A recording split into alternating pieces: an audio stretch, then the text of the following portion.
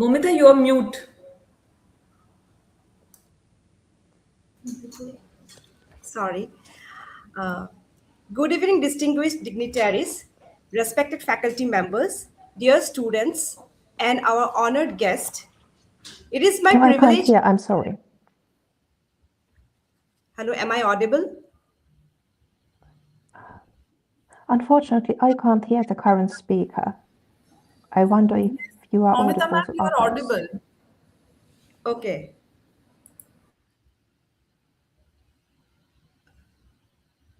Am I audible, Dr. Paloniitty? Ma'am, am I audible? Yes, you are audible. I can't hear Madam Dean either. I wonder if something happened during the 30 seconds video that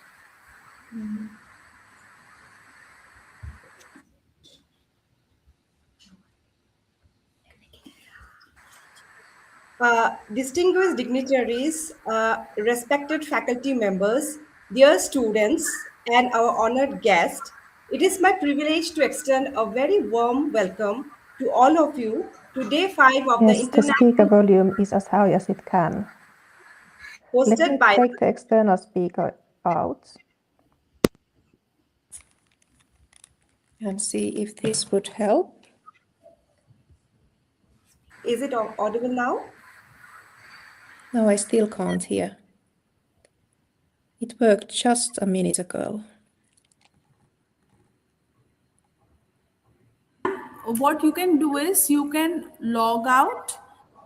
You can log out and then log in again with the mic and the camera on. With the mic and the camera on, I will do that. I will return. As you log in, yes, as you log in, there would be the sign of the mic and the camera. So you turn on both the things and then you log in, ma'am. So maybe you'll be able to hear it. Yes. Brilliant. We'll be returning shortly. Thank you.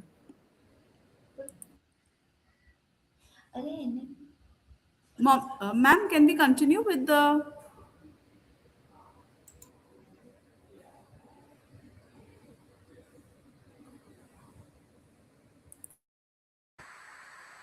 I think let Dr. Tina receive them. Okay, ma'am, sure. Sure.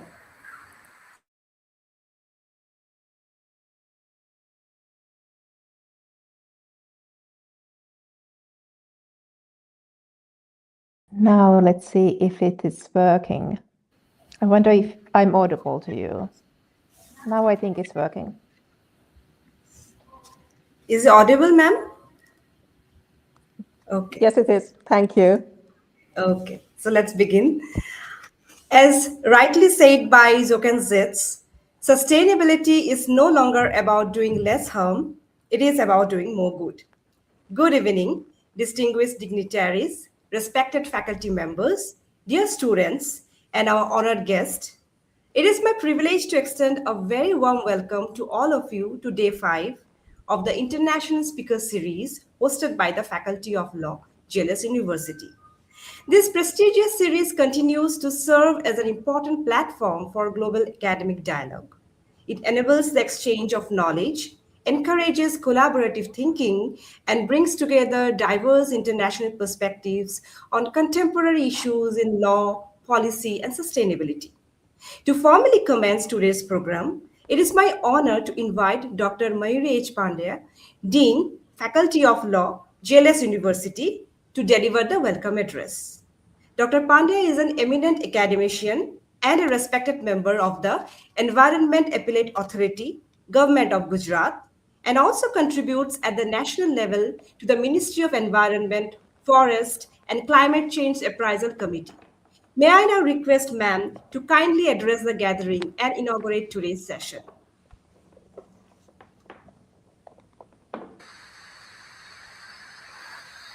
Thank you, Momita.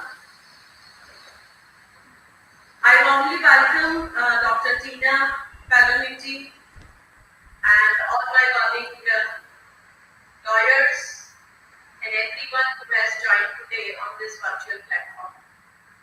Dr. Tina, for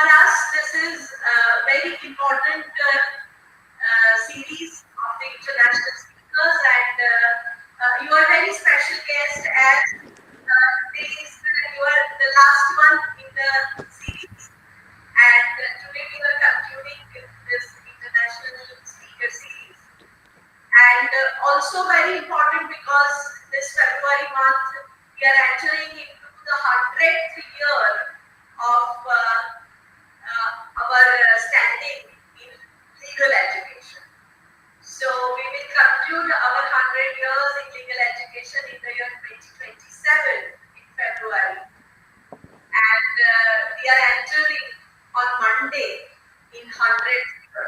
So you're a very special guest for us, and we would like to invite you also when we complete our 100 years next year. And once again, I warmly welcome each one of you. Without the enthusiasm of all you budding lawyers, this was not possible. I welcome each one of you. As this is the final day of the Global Juris Connect, and over the past week, the series has facilitated rich academic dialogue on some of the most pressing global legal challenges, reinforcing the importance of comparative and international legal scholarship. I welcome Dr. Tina Maria, Associate Professor, Faculty of Law, University of Helsinki, Finland. She is going to speak on the governing carbon across value chains, CCU and structural limits of European Union environmental law. This session promises to provide understanding of the carbon governance mechanisms, carbon capture and utilization, which is the buzzword in today's world, and the regulatory challenges within European Union environmental law issues that are central to the global climate policy and the sustainable development efforts. I extend my sincere appreciation to all you budding lawyers and all the participants for actively engaged throughout this series. Your involvement has truly contributed to the success and the academic richness of this initiative. We conclude the Global Juris Connect. We hope that the discussions over these 5 days have inspired critical thought, global awareness, and continued academic curiosity.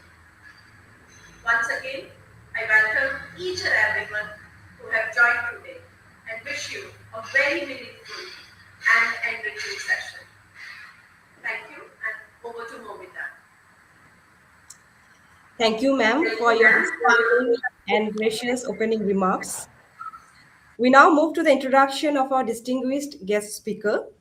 It is indeed a great privilege to introduce Dr. Tina Maria Paloniitty, Associate Professor of Environmental and Sustainability Law at the Faculty of Law, University of Helsinki, Finland. She holds an LLD and is affiliated with the Helsinki Institute of Sustainability Science, reflecting her strong interdisciplinary engagement.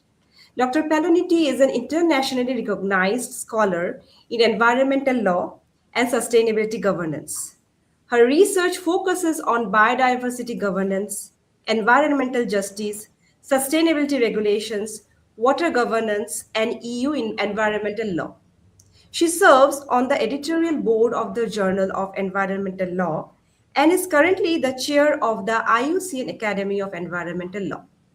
Her extensive publications and interdisciplinary projects have made significant contributions to global discussions on sustainability, transitions, and environmental regulations. We're truly honored to have such a distinguished expert with us today. She will be delivering her lectures governing carbon across value chains, CCU, and the structural limits of EU environmental law. May I now invite Dr. Paloniitty to kindly deliver her address. Thank you. Thank you for those very kind words. And thank you also, Madam Dr. Maya, for the introductory remarks. It is indeed my privilege to be here today with you. And let me begin by re-uploading my lecture. I think it now came up as it should. And let me now just see how I can you see the slides up? Yes, they are there now. Thank you so much. Brilliant. So I will do so that I will commence with my lecture with hopes that it offers some insights to you that can be helpful also in the Indian context with Indian environmental law. Indeed, the title we chose for today, is governing carbon, CCU and the structural limits of EU environmental law.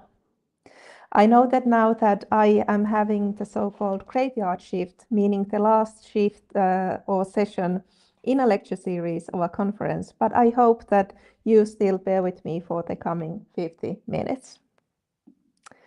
The content of my lecture is as follows. Now I know that there is one title that is in Finnish, so now you can observe it, although you couldn't understand it.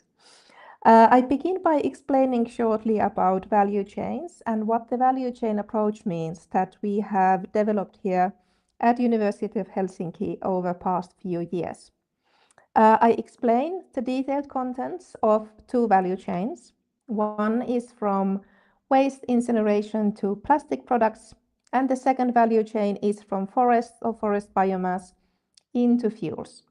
And at the end, I conclude with some summarizing remarks. The research I am presenting you today has been done in this research project called BioCCU that run here at University of Helsinki until last year.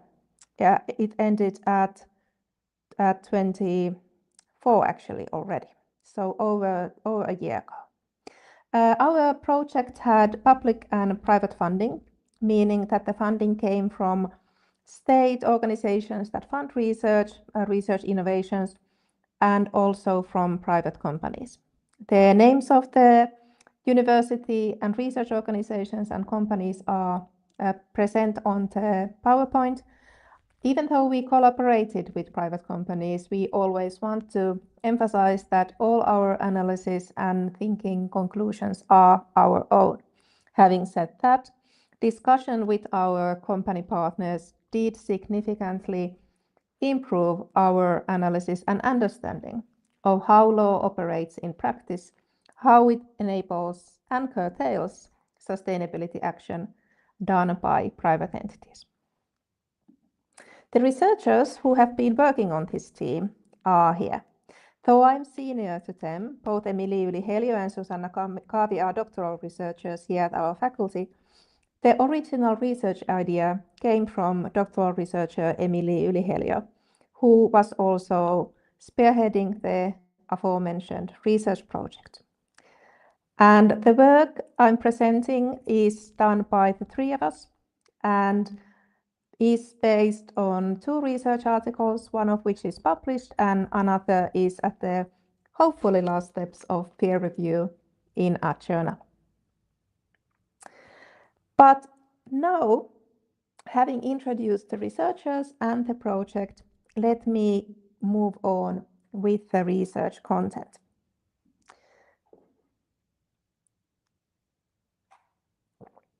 I begin by shortly explaining value chains and what the value chain approach to legal studies mean. And here, I believe that you have likely heard of global value chain research, which is a type of research done in sustainable business law field, examining the governance of global value chains that usually have one large company as a centerpiece and then other subcontracting companies around it. There are, however, also other type of research on value chains that can be done in law that does not belong or fall under the umbrella of global value chain studies. Ours is one of that. Our research is built on understanding that new technology is not only new technology, it's also the environmental and social impacts that the new technology brings. And as our colleague Sanja Pokojevic has written, the reliance on these technologies is riddled with legal complexities. So not only are the technological innovations complex, their social and legal implications are equally complex, creating a web of layered complexities that legal researchers must understand and address. In our understanding, regulation of a given value chain can be very varied. In our research, it has expanded from EU environmental law to energy law and to climate law.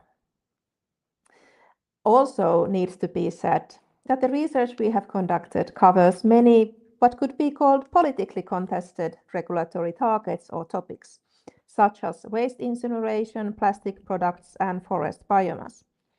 The debate around waste incineration in Europe is the overall question, should we have waste incineration at all, or does it only encourage disposing of waste instead of recycling it?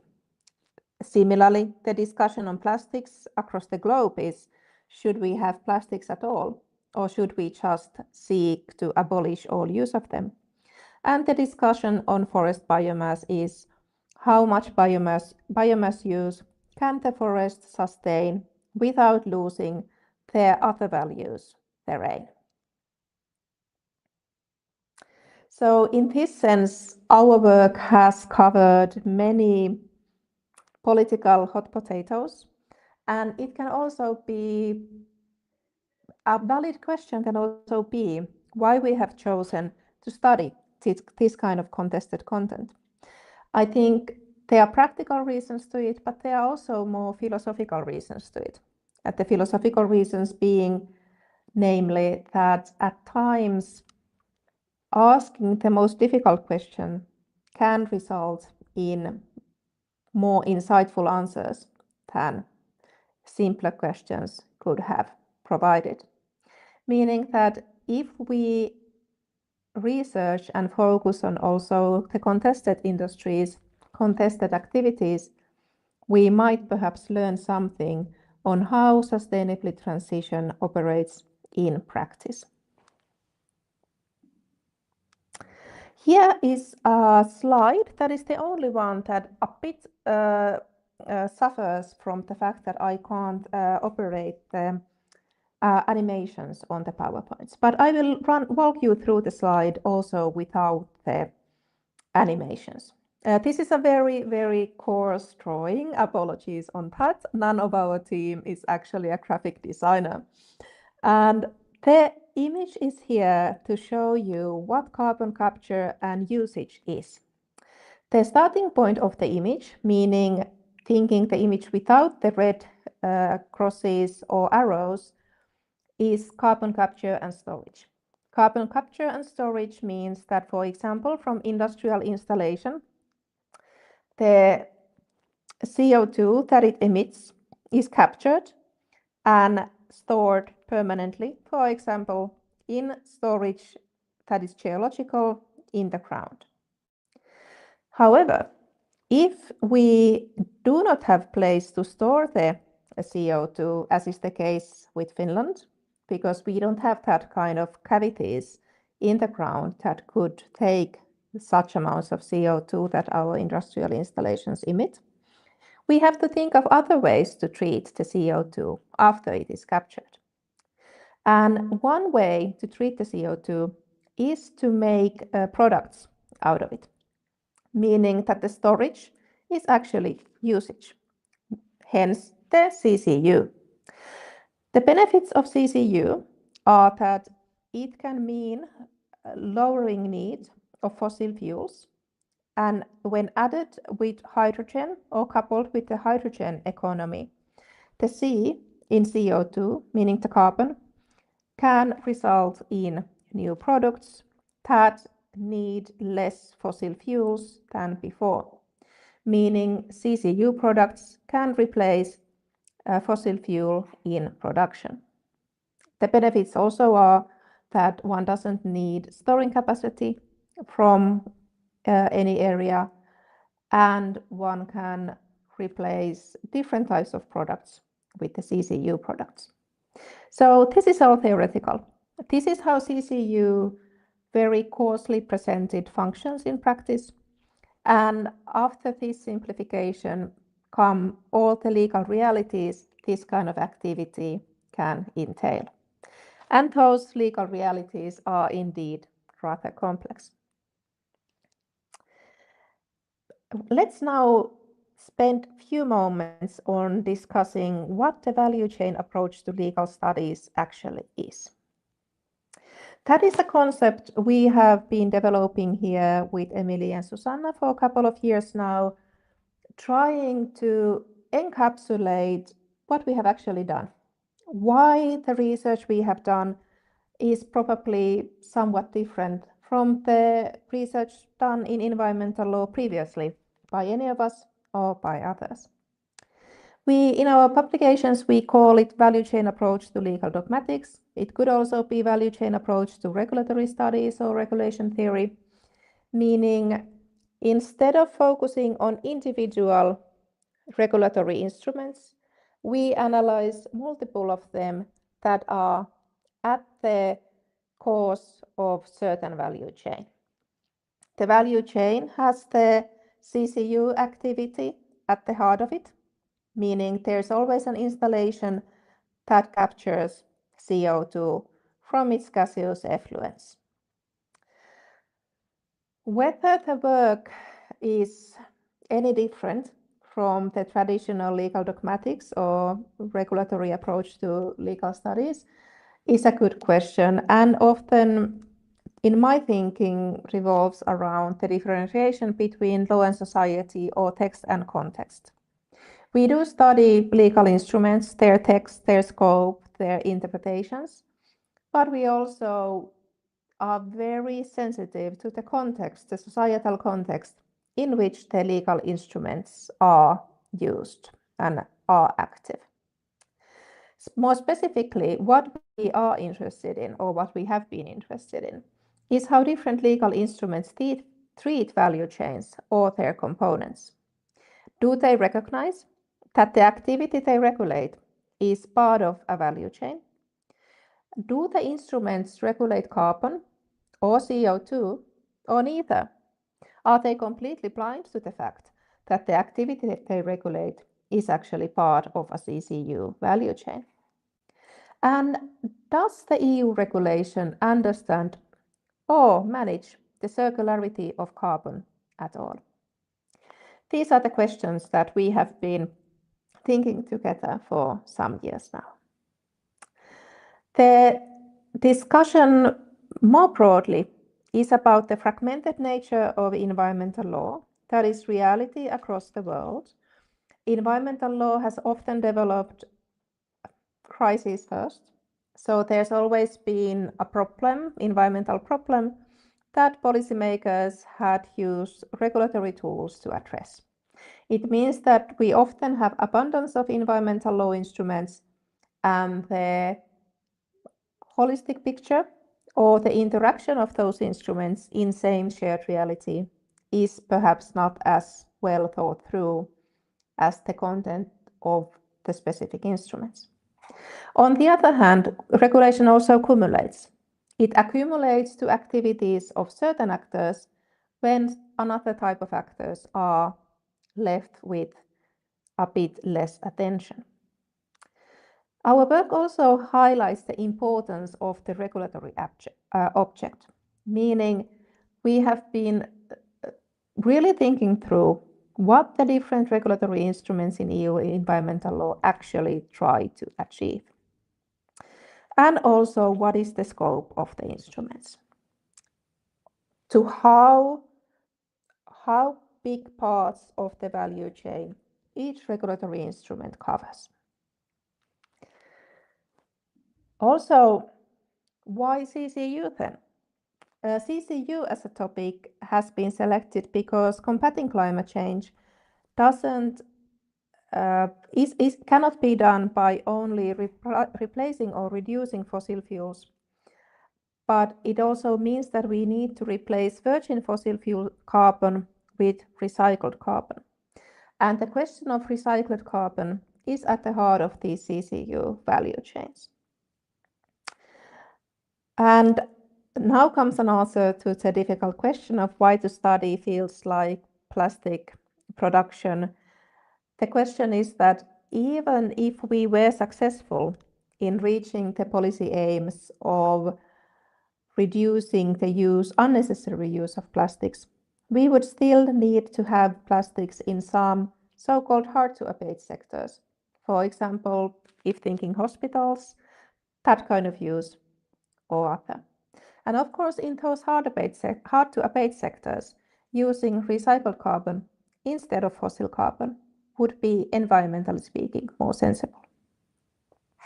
And the work is also coupled with the question of sustainable use of biomass, because capturing the carbon and using it in production means that there is a new additional source of carbon, and also that the biomass that is used gets used more diversely, so we get more benefits out of it than before, which is of course in line with the waste hierarchy ideas we are having. The reason EU, one of the reasons we have focused on this theme is that the EU policymakers see the need for CCU to be rather high.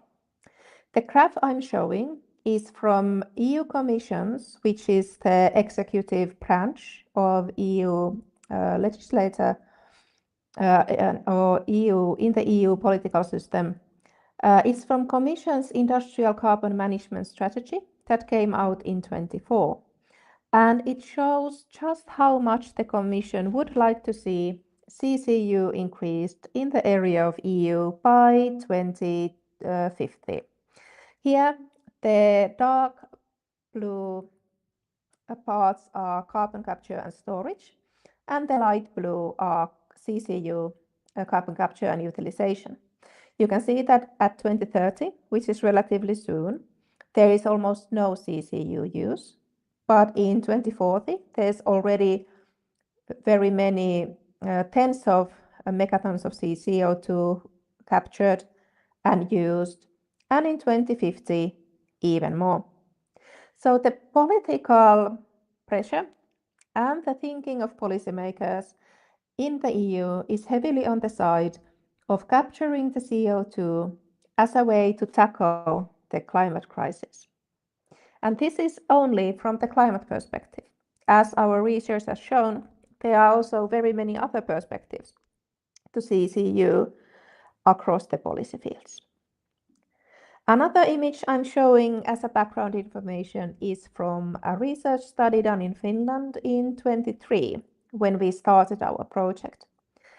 And this shows different type of carbon dioxide utilization opportunities and how they are from the viewpoint of climate change. We have atmospheric carbon dioxide, capture of it. We have biogenic carbon dioxide, which is what we have studied, and fossil carbon dioxide. And then we have different type of products. We have short-lived products like energy or single-use plastics. We have long-lived products, and we have geological storage or mineralization, which are permanent ways to remove CO2 from the cycle. And we can see from the graph that all of these activities, all of these sources of CO2 and all of the products that are produced can be quite different when it comes to climate neutrality, carbon removals, reduced emissions, or emissions themselves. So it actually depends heavily on the source of the CO2 and the length, lifetime length of the products, where they land on this table. And as we have been studying biogenic CO2 and products made out of it, we are around here. So the activity we study is from climate perspective, either carbon neutral or it's carbon removal. The story of the research is a bit more nuanced than this, but I will get to that in a short while. So, then to the value chains.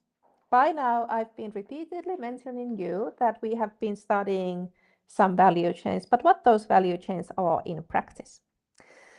This is here now very core simplification of reality of the economic world, meaning how businesses run their operations. In the first value chain, we have the waste incineration plant as the linchpin or the starting point or the central activity where the CO2 is captured. A waste incineration plant burns waste, which is waste and residue by definition, and it produces energy and CO2. CO2 is then used for chemicals and material production. Another value chain revolves around pulp mill, paper and pulp industry, producing paper, cardboard, other type of materials used in economy. The biomass comes from forests. In the northern hemisphere, where we are in Finland, we have lots of boreal forests that we use for the needs of forestry industry. And when the CO2 is captured, again, chemical and material products are being produced. In the red rectangular, we have highlighted the understanding of EU Commission of what a CCU value chain is. And you can see that the EU Commission understands the CCU value chains more narrowly than what we have understood. So they begin from the capture of CO2 and do not pay attention to the source, the feedstock of the CO2 emitting facility. And there are reasons why we have wanted to be more comprehensive in our study, and I hope that the detailed results explain why it has been so crucial. Now, this doesn't function quite well without the animations, but I think as such it can be quite illustrative example because it shows how very many different regulatory instruments are relevant for these value chains. The purpose of this slide is to show the scopes of the different instruments. Each regulatory instrument we have studied is marked with certain rectangular or square form. For example, here the gray one is the Waste Framework Directive, and the yellow one is EU Plastics Regulation. And each of the instrument has a scope of its own, and you can see how the scopes also overlap. And that overlap is the cumulative effect or accumulated regulation. The amount of the rectangulars is the fragmented environmental law, and the fact that some installations have multiple regulations in their scope tell about the accumulated regulation. And our analysis has started by doing these. We have identified relevant regulatory instruments, left out many, and kept those that we have found to be most important for the analysis of what this means for CCU scaling up and sustainability of the action. And let's now go to the findings or results of our study. I will begin with the first value chain and then continue to the second. And the first explanation of the first one is going from one instrument to another. And the explanation on the second value chain is then a bit more comprehensive, discussing also more broadly the implications of this activity and whether it can be sustainable or if the regulation ensures the overall sustainability of these activities. And in case of both, it's good to bear in mind the slide I showed from the Commission's Industrial Carbon Management Strategy. The political need for this kind of activity is extremely high, as they are seen as important tool in reaching EU's climate goals. And when we face the legal realities, we start to understand just how difficult it might be to scale up these activities. The first instrument we analyzed when it comes to the waste to plastic value chain was the Renewable Energy Directive. As its name suggests, its target is to define and advance renewable energy. The instrument in the EU is Renewable Energy Directive, called RED, or shortened as RED. It either RED 2 or 3 that is currently in use. The question we needed to pose in this regard was whether the energy produced in waste incineration plant is renewable. Because if it's renewable, the RED applies, and if it's not renewable, the RED doesn't apply. The realities of the waste incineration plants in Finland are, however, quite varied. They burn both biogenic and fossil waste, and the waste comes from both households and industrial sources. But for the biogenic part of the waste, thinking, for example, cardboard, paper, bio-waste, if it is incinerated, then the RED would apply and would be guiding operations in that regard. Another very elementary instrument that we studied is the EU emission trading scheme. It is covering the fossil CO2 and biogenic CO2 from non-sustainable sources. And it has been the main legal instrument by EU legislator to create long-term incentives for both CCS and CCU. How it does this is by creating markets and building incentives on those markets. Currently, waste incineration plants do not fall under the scope of the EU ETS, but they are going to that direction as they will be likely added there rather soon. The interesting question is whether how the EU ETS or Emission Trading Directive treats CCU. The answer has been, in our understanding, is that it recognizes CCU only if the products produced are permanently chemically bound into the products, so that they do not enter the atmosphere under normal use, including any normal activity taking place after the end of the life of the product. This is how it has been said to be, and in our understanding, it significantly, of course, impacts which kind of products are in question. That then makes it important to have some kind of regulatory frame for the carbon removals that would take place from the activity. We would remember from the figure I showed earlier that from biogenic CO2, the green beam in the figure, they can produce carbon removals if the setting is right. And in the EU, the CRCF regulation has been governing carbon removals for a couple of years now. The CRCF means that it's a framework for certifications. So if a certain activity meets the criteria set in the instrument, the products can get a certificate that they are carbon removals.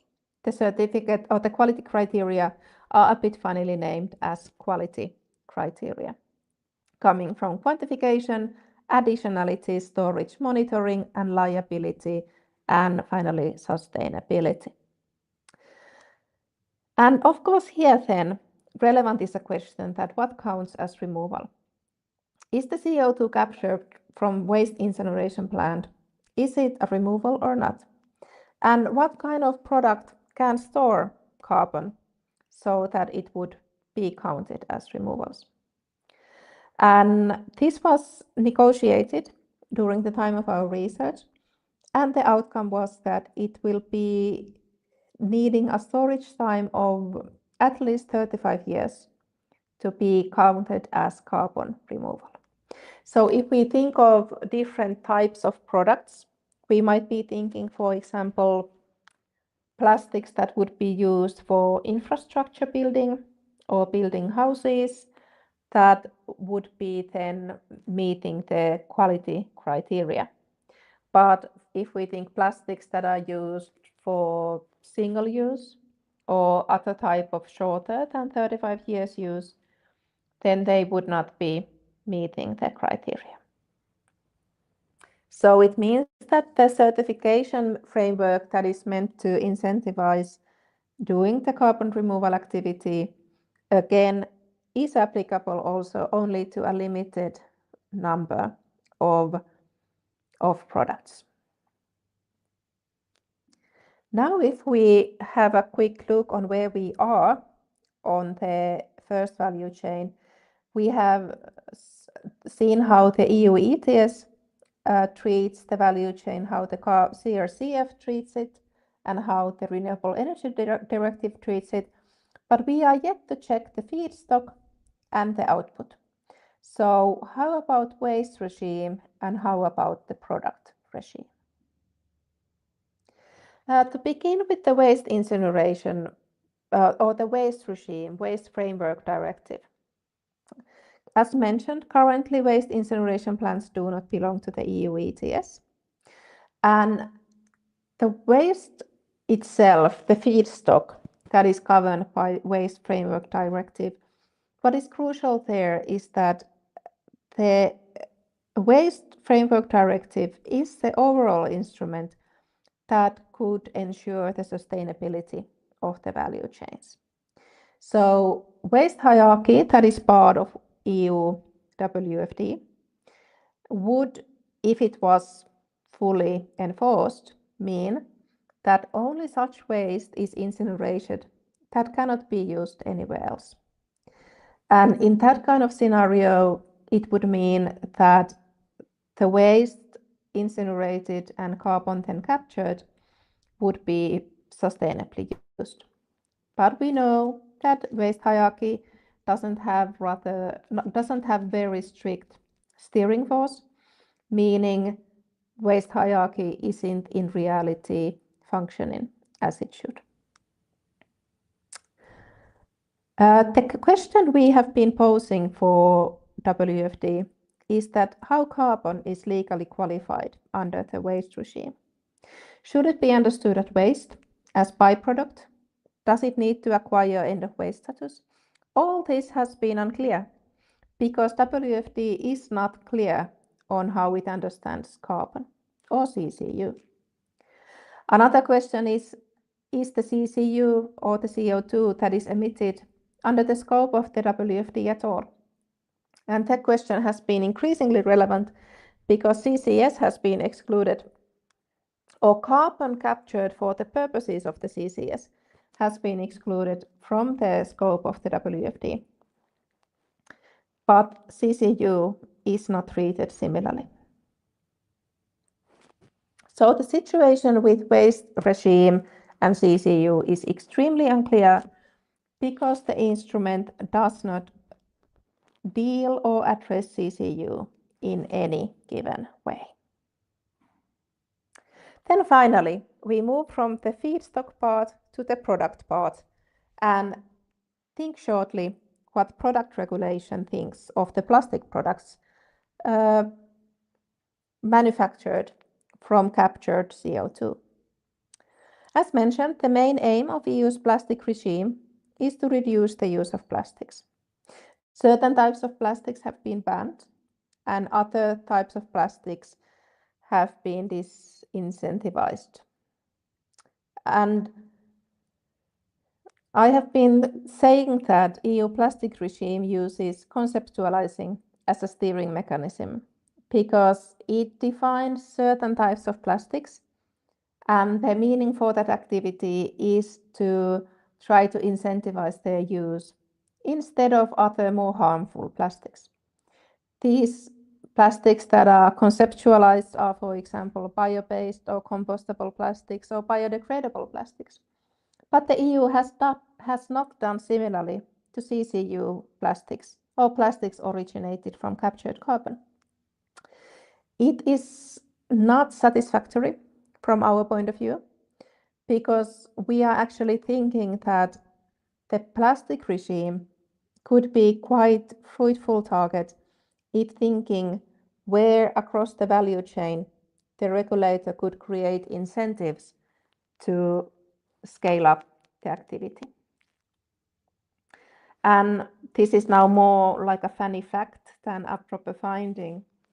But in reality, the plastic circularity rate are closely intertwined with the sustainability of the value chain. Because if we lived in an ideal society where all plastic would be fully and completely recycled, and the plastic that couldn't be recycled would always be incinerated, then we would live in a reality where the waste would include plastic that cannot be used for any other. And then the captured CO2 would then be made into plastic again. So then we would have a perfect closed loop for plastic production, despite the fact that the material would be incinerated at one point. And this comes from a state or a sentence we wrote at one point, which is that in this value chain, carbon changes physical form, but also legal form. And if the circular economy loops were closed, the legal and sustainability assessments would be rather simpler to make.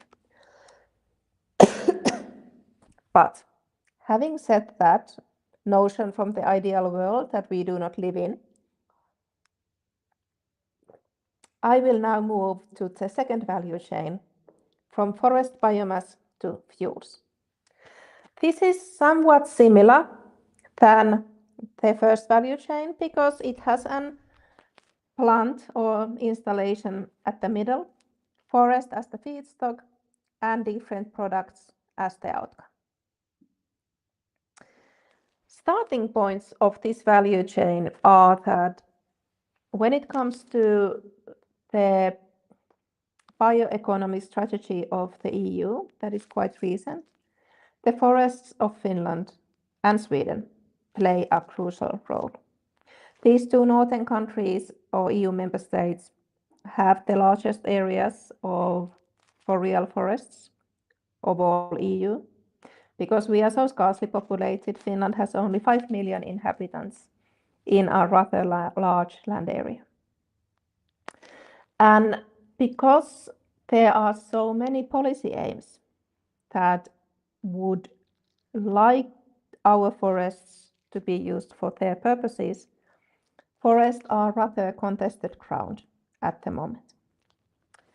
In our work, it has also meant that the bio-CCU activities should strike a balance between the climate and biodiversity goals the EU is having. The roles forests have in these policies can be that they are seen as source of, the forest can be seen as a carbon sink. They can also be seen as a carbon storage. Forests are a source of raw material, and they are also important for biodiversity conservation and restoration, as so many endangered habitat species live there, both flora and fauna. And forests are also a source of biogenic CO2. The research we have done has highlighted how significantly forest biodiversity and carbon sink regulation is needed to ensure the sustainability of the value chains. And the starting point of EU regulation for this type of value chain has been that it has followed the adage or saying that whatever is burned will be later captured by the growth of forest. It means that the EU has had a carbon neutrality assumption of biogenic CO2. So the forest biomass that goes to a pulp mill will be later, the CO2 that is emitted will be later captured by the forest that grows to the stead of the harvested forest. However, this assumption has been now changing over recent years. The sustainability of the forest-based value chain hinges heavily on renewable energy directive. The RED has two principles or criteria that should govern the sustainability of renewable energy. The one is cascading principle and the other is the sustainability criteria in red. The cascading principle functions a bit like waste hierarchy. It means that any forest biomass that is used in the EU must first be used for high-value products and only as a last resort for bioenergy or disposal.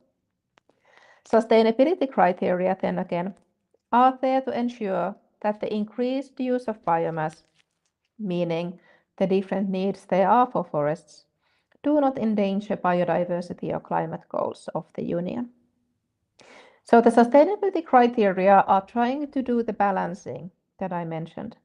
And the cascading principle is trying to ensure that the forest biomass is used wisely, as my grandmother era generation would say. The EU regulation of recent years had made RED as the linchpin of regulating sustainable use of biomass.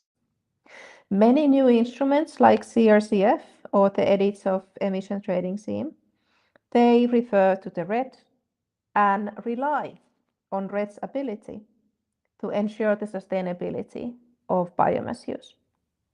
But there has been a cost because the RED is not actually functioning as ambitiously as it could, or in the view of some, as it should.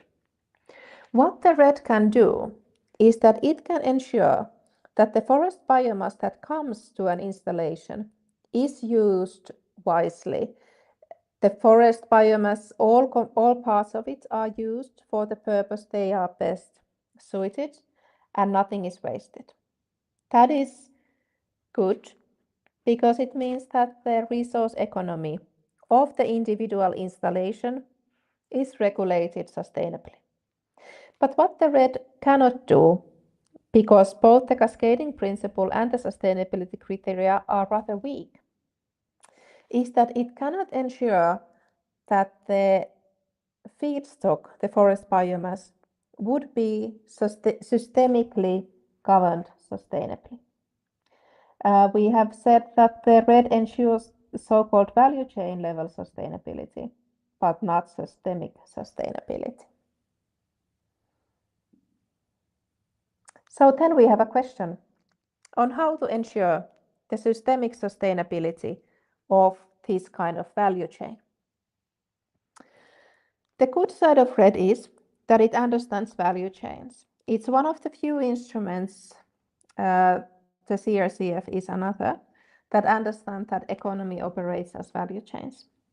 But because its criteria are weak, it means that we have to turn to the individual instruments that govern forests in EU to make sure that they are governed sustainably and that the scaling up of CCU value chains would be sustainable.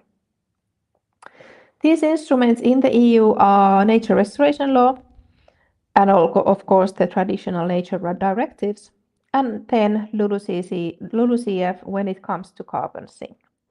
I will share a few thoughts on both before I conclude. The nature restoration law is rather a novelty in EU as an instrument and due to its content. It's a regulation, which means that regulations in EU should not be implemented by member states. That is their main function. They are in force as they are. But in the case of NRL, it also has national restoration plans, which are made in each member state. So in fact, the nature restoration law is in between of a regulation and a directive. Directive then again must be implemented by a member state.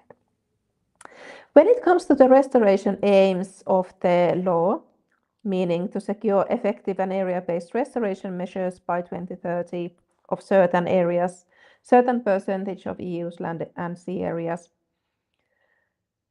it means that it's no longer enough to implement the nature conservation legislation. As said at the beginning of this session, it's no longer enough to stop doing bad. We also need to do good. it's been stipulated in the NRL that the activities, the restoration activities, may begin at the conservation areas, but they may not end there. What is extremely interesting when it comes to forests and conservation and harvesting, because you need to harvest the forest to get the forest biomass into the facility, is that it's not straightforward that increasing the size of conservation areas or restored areas that are outside of harvesting would mean that the overall biodiversity and restoration values would increase. Because recent study scenario work done by Finnish science panels showed that if conservation areas are increased to a certain extent, harvesting in forests outside of those areas can become so intense that the overall biodiversity and restoration aims are hampered. So again, it's a very careful balance on how big areas we are to restore and conserve to reach the exact restoration aims that we want to achieve. When remembering the various needs that forests must face from various policy sectors, it is not an easy task for policymakers. And another instrument on top of nature restoration law that should ensure the systemic sustainability of the value chain is the LULUCF. It covers climate law for land use and land use change sector. And its main governing principle is that emissions from the LULUCF sector must not exceed the sector's removals. And it is rather simple principle, but it takes quite many mathematical models to execute it. Interesting again is that though policymakers often assume that when it comes to forests, same actions can deliver on carbon sink aims and biodiversity aims, it actually is not always the case. How it instead goes is that if you harvest forest and take the forest biomass to pulp mill, the new forest that will grow is excellent carbon sink because it takes in a lot of carbon when it grows. But old grown forests are most important for biodiversity. So young forests who grow fast and absorb high amounts of carbon or CO2, they are good for carbon sink purposes, but not for biodiversity purposes. For biodiversity purposes, forests should rather be old than new. So many policy papers that we read for our research had a starting point that nature and carbon sink goals can be reached simultaneously with similar actions. That is unfortunately not completely true. When it comes to LULUCF regulation and its ability to ensure that the carbon sink aims are not hampered, nationally, the LULUCF implementation has been more or less halted. Our current policymakers are finding the aims too ambitious and do not wish to pursue them. For a lawyer, that is astonishing to hear from a prime minister, but that is what we have heard. Because for a lawyer, one would think that if there are certain norms in EU law, then the member state must follow them, but apparently not always. So, few concluding points on the role of the NRL and LULUCF for ensuring sustainability. Is the red sustainability criteria that bind the LULUCF and NRL aims to actions of individual actors, meaning individual operators or companies running, for example, a pulp mill.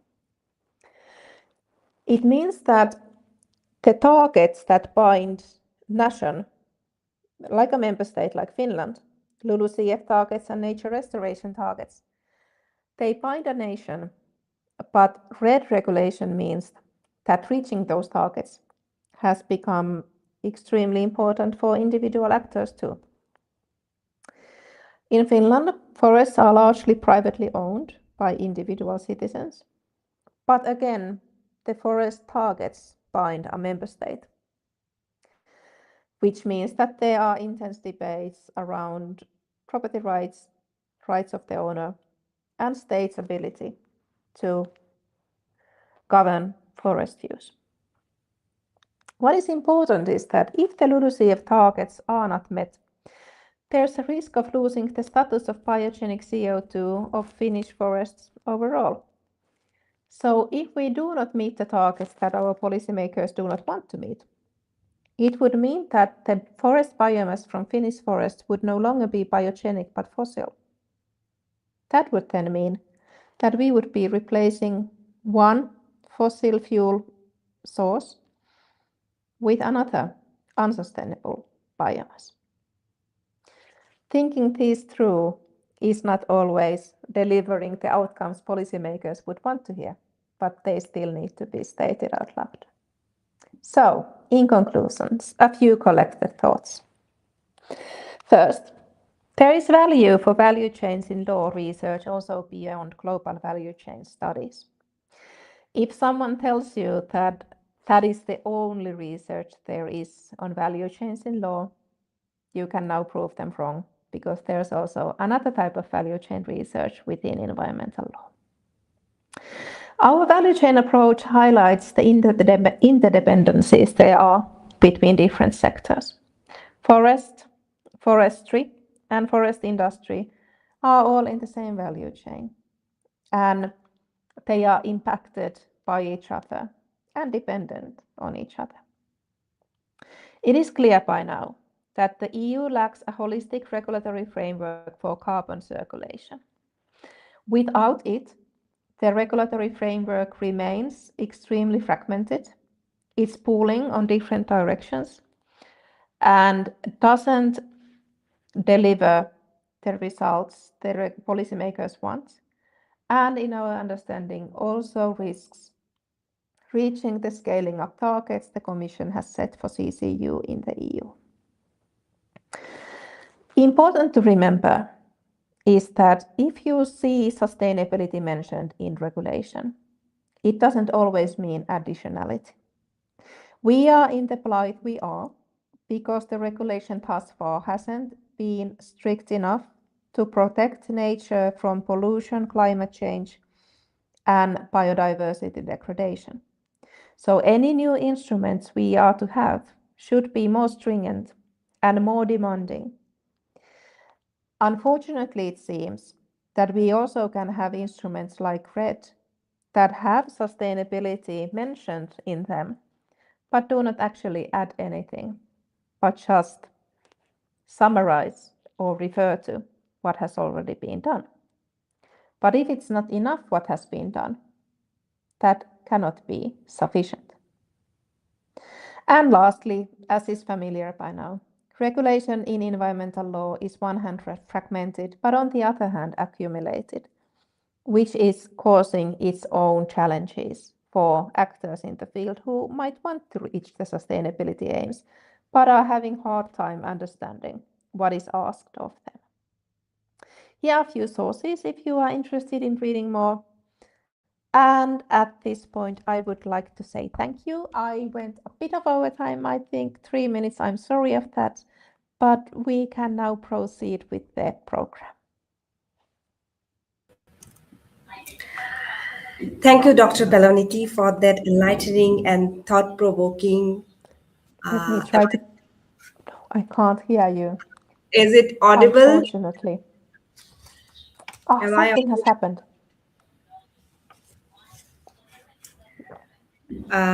Just a sec. Let's see. Should I try to log out again and come back? Yes, ma'am. We can do that. I will do that. I will come back in a short while. Yes.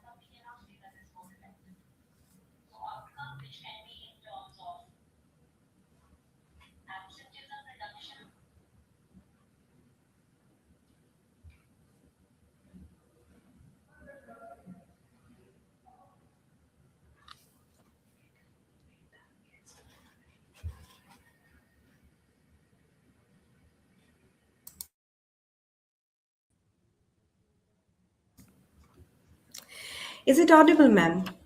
Now it is audible. Thank you so much. Thank you, ma'am, for that enlightening and thought provoking lecture. We shall now proceed to the open floor interactions, where participants will have the opportunity to engage directly with you. So I request the participants that if they have any queries or any question, they can pose it. Am I audible, ma'am? Very good afternoon. Firstly, thank you so much, ma'am, for such an insightful session on the CCU, that is carbon capture and utilization. Ma'am, my question is, what legal challenges arise in regulating the CCU, that is carbon capture and utilization, in the transnational value chains? Thank you. That is a very good question because I feel that there are actually quite many legal challenges. But let me try to give you a few that at this moment would seem most important to me. Looking on the big picture, I would say that the overall problem is threefold. First problem is that law comes from policy, and policymakers who focus on different silos. For example, one focuses on nature, another on energy, third on climate. When they discuss together, they might think that they have shared goals. They support each other's goals and they can ask their own instruments to support the other goals too. However, they do not go to the details of the law. We lawyers are educated to always think that the devil is in the detail. So one needs to always check carefully what the law actually says, how it's been interpreted, what it applies to and what it doesn't. And in our understanding, often the policymakers assume that all the regulatory instruments can drive the multiple aims simultaneously. But they can do that only at the surface level, because the details of the instruments are then eventually, like in the case of LULUCF, it is stated nowadays that the LULUCF can also support the restoration aims. But the instrument itself is only about carbon sinks. It doesn't say restoration beyond the very starting paragraphs. That is, I think, one of the biggest. It's a problem, legal challenge, but it's also rather. It can also have a silver lining because our work has shown that what needs to be changed can also be quite small things. We would need clarity on what is the stance of waste regime on CCU. It could be quite easily solved by the legislator by stating what the stance is. Uncertainty is poison for operators. It's also awful for lawyers. I think most lawyers would love the legal system to be clear and predictable. But we think our work also as a to-do list for the EU legislator. We are actually currently working in a project, a smaller one, where we put together our policy suggestions for EU legislator to address. So I think one legal challenge is that there is this surface level understanding that all aims can be reached simultaneously. There's also lack of knowledge that we have now produced. There was a lack of knowledge on which parts of EU law should be changed to enable sustainable CCU value chains. And I would think that the third problem can also be the lack of desire to think the difficult question or address the difficult questions. In the EU, the difficult questions would be, can a same forest meet 5 different overlapping or competing aims? Or should we let go of something so that we can ensure that the climate and biodiversity aims are actually met? Currently, the EU is following a policy approach that we can keep growing our economy and still somehow magically protect and preserve our nature. Unfortunately, it is not necessarily the case. And that is the most difficult legal challenge that is not directly addressed by our work, embodies somehow the meta-level discourse. Is scaling up of these value chains possible if wanting to do it sustainably? Or is it so that scaling up the value chains would endanger biodiversity and carbon sinkages? So I think this could be my quick answer to your very good question. Thank you.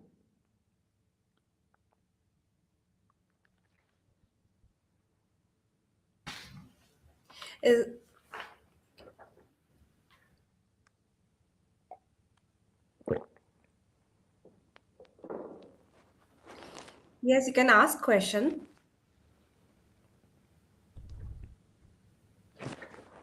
I can't hear now. I think I lost the audio from the room. Is it that audibility issue again, ma'am? Yes, I can't hear. I can hear you, but I can't hear the room. Good afternoon, ma'am. Am I audible? Yes, you are. Brilliant. Ma'am, if I may ask, what are the conflicts that arises between trade law and carbon regulations across value chains? Thank you. That is an excellent question, actually. Now I have to say that I have never studied trade law as such. So my understanding comes heavily from the environmental law side. It means that now what I'm going to say is basically from the top of my hat and probably built on certain assumptions. My first take would be that how I see this as an environmental law scholar is that there is high pressure from the trade side to make the CCU value chains work and make them functional and scale them up. Simultaneously, when there is perhaps, how should I put it, lack of interest to the legal realities of the lawscapes of those value chains, it might be thought that scaling up the value chains can happen painlessly. And it also can be that the trade law questions on how to ensure the smooth operations of companies, for example, in the EU area, they don't often fully take into account the diversity of EU law as it's operationalized across the member states. I know this is a bit silly coming from an European because India is so much bigger and more diverse area than Europe is. But I am still thinking that also within Europe, though we are rather small, we do also have quite many legal cultures and legal systems within the EU. At times I feel when I discuss trade lawyers is that they may not be as aware of the or they are perhaps aware of the impact of different legal cultures and, for example, how differently different member states implement EU law. But they may not see it as a value, as I do, as an environmental law scholar who cherishes all kind of diversity. But they see it rather as an impediment or hindrance to smooth trade. And this might be,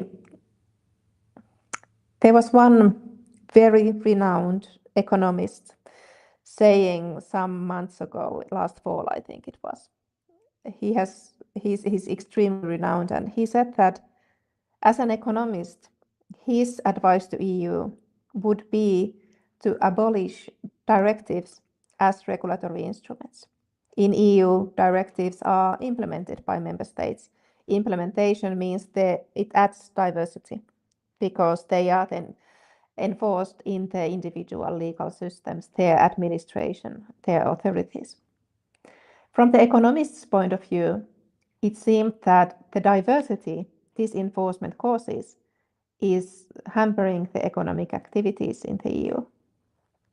But from a lawyer's perspective, when I read his comments, and no matter how esteemed he is, I felt that he quite wasn't able to completely understand the importance of those member state legal systems, because they are there to protect the rule of law as it's understood by the systems.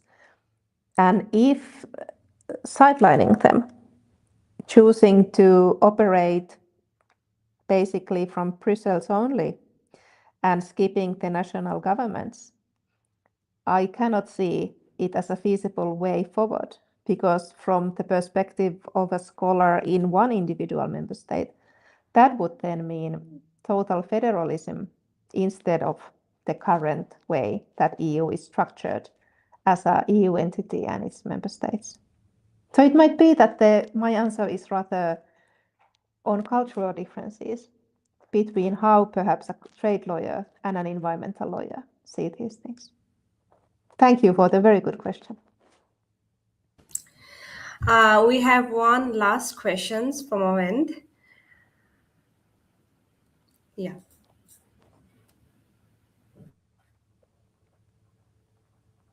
The same problem with audio. Somehow it disappeared again.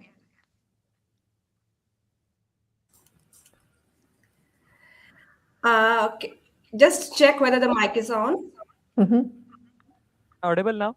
Yes. Yes. Brilliant. Thank you. So my question is, what are the structural limitations of EU law when it comes to cross-border carbon governance? This is a very good question, and I think it also somehow continues from the previous, perhaps. Or at least my thinking continues from the answer to the previous. I think that the structural problems of... Let me think a bit. I'm saying now two things. They are almost the same, but not quite. Very lawyer thing to say. So I think the first structural issue when it comes to transboundary carbon management is indeed the fact that EU comprises of multiple member states, each of which has their own legal system they operate with, all own administrative authorities, and so on. This causes the aforesaid diversity, and that diversity can be troubling for companies who operate across those legal systems, because for them it looks like the operational environment changes unpredictably when you cross or when the carbon crosses an administrative or national boundary. I find it understandable. However, as mentioned earlier, I don't see that the answer could be to abolish those or sideline those legal systems, but it should rather be, well, perhaps something more nuanced, seeking better coherence. But that is something that has been a lot discussed in EU environmental and administrative law, how to ensure coherence amid of these different legal realities. And another thought I had, now let me think, did it slip my mind already? No, it didn't. Another thought I have that I've been discussing more recently with my colleagues is something that deals with, you remember the value chain images we had, and there we had the products at the other end and feedstock at the other end, and the incineration plant in the middle. And what I have been discussing with my colleagues only quite recently is that in EU, the environmental law is focusing, it's part of the environmental acquis or the environmental regime. And it is focusing on environmental impacts that are harmful to the environment or human health. And that is basically the starting point of why they operate. Then when it comes to the products, the outputs of the value chain, product regulation is more at the hands of the internal markets. They are considered to be something that should be freely traded within the internal market that the EU is. So then the products are not only, Well, they are, but they are not only parts of the value chain, but the product regulation is very crucial for the functions of the free market that we have. And the logic of the free market in the EU is not always similar to the logic of environmental protection that we would like to see. And it might be that this is a very sort of fresh thought. We haven't yet explored it thoroughly. But it might be that part of the problems that we have seen in the CCU value chain regulation stem from the fact that most of the instruments we study are EU environmental and climate law. But the product regulation, though it can be, as we have conceptualized it as part of the circular economy law in the EU, it actually falls into a bit different category of free markets and market law, and is for that reason a bit of an anomaly. And I don't know yet what are the consequences of this, but it might be that it's one of the reasons why the legal realities are just as complex as they are. Thank you for the good question again. Thank you, Dr. Paloniitty. I'm sure our students I have... again lost the voice. Oh, I'm so sorry. That's fine. I think, can you just Can again... you hear me? Yeah, I could hear you. And I can't hear you. I will drop out again and come back. Just a few minutes. Yes, sure.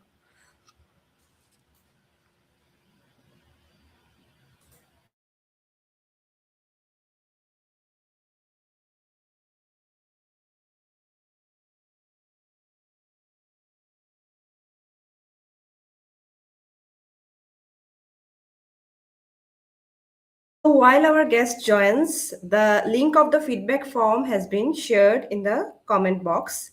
So it is being requested to all the participants to duly fill up the form and submit it.